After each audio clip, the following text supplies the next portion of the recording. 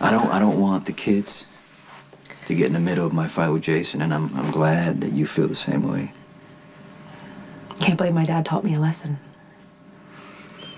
Regardless of how I feel about John Durant, I'm sorry that you lost your father. I knew my father less than 2 years. Most of the time, I was angry with him for one reason or another. But I love my father. And I appreciate the time I spent with them and Michael and Morgan. Need to know their father, and I could never keep them away from you. The boys need both of us. They gotta know that we're not trying to pull them in two different directions, you know? That we can all, get along, work this out. So, what do we do about the situation between you and me? There is no you and me. Everyone ready to take little John home? Yeah, but don't you think we should wait for Mom? I mean, she knows way more about babies than we do. Well, that's true. But your mom is on an errand. I don't know how long that's going to take, see? Well, John has been in the hospital all his life. He wants to taste the real world, don't you, little guy? A lot of work, Jax. I know, that's why we have a baby nurse back at the apartment. We're not going to be completely on our own. Okay. I was on my way to see John. Appears I'm too late. Well, John's going home with his dad.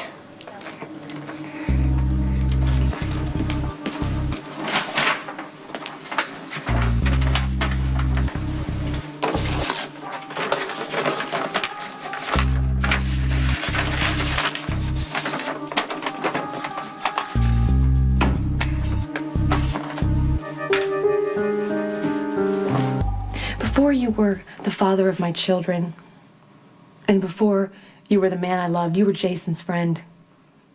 And he admired and respected you, and he had faith in you. And now that faith is gone, then you don't deserve his loyalty any more than you deserve mine, Sonny. If that's true, why did I stand by you during your nervous breakdown, Carly? Because you felt guilty. I protected you. I did everything I could to get your sanity back. Maybe you did it to make yourself feel better. Or for the children. I know you're all about your children, mainly because they're a reflection of yourself. I love the boys. I know you love the then boys. Why are you twisting this around? Because you, me, and Jason, we were connected, Sonny. It didn't matter who we were sleeping with. We were a family, and now that bond is broken. It's broken. Because he stole from me to get his way. No, Sonny. You broke it. You broke it because you're selfish and you couldn't do the one thing Jason asked. After everything he's done for you. I'm sorry for stranding you in the hospital with the boys. No, it's fine, really. I mean, the boys are great. She'll like to play. Yeah, well, you just brought John home. You don't need my kids here driving you crazy. I'm sorry. No, you know what? Michael was great. He knows a lot about babies. He gave you advice about babies? Yeah, he sure did. He was checking out my diaper supply, and then he was telling me I had to be careful not to overheat the milk, and then he started grilling Norma, the baby nurse, about her knowledge and credentials. Did she quit? No, she didn't quit. She had a very good sense of humor. Besides, she thought that he was delightful. Oh, well, then she's gonna fit in great if she likes my kids. So where are they? Where are the kids? John's down for a nap, and the boys, I locked them in the office to play with my pinball machine. Oh, well, I will see you in a couple days. What? I'm just kidding. Come here. Hey. So, how'd it go with Sonny? You know, there's gonna be a custody battle. I want you to know that. There's not gonna be a custody battle. You changed your mind? One of the last things my father said to me was how he regretted the wasted time, and I can't leave my boys with that kind of regret. What about your anger at Sonny? I've completely lost my faith in Sonny. But I can't keep Michael and Morgan away from their father because that wouldn't be right. What about me keeping John from his father? Is that right? Our situations are completely different. Yeah, I'm still keeping John from his real father. Michael and Morgan already know Sonny. And if he suddenly disappears from their lives, they will miss him. And they're gonna blame themselves because that's what kids do. But John is just a little baby. He doesn't know that Nicholas is his biological father, so he's never going to miss him.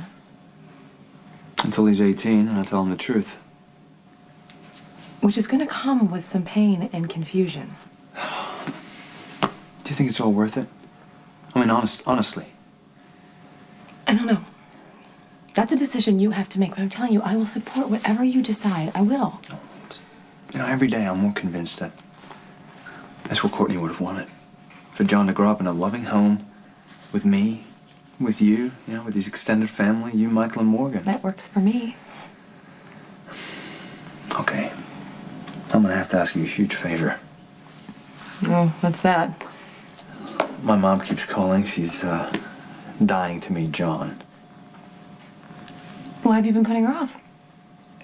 Because I didn't, want her to get attached to him if I was gonna give him up. But now that I'm convinced that John should stay with me, I think it's time for him to meet his grandma. I was hoping that you and the boys would come with me.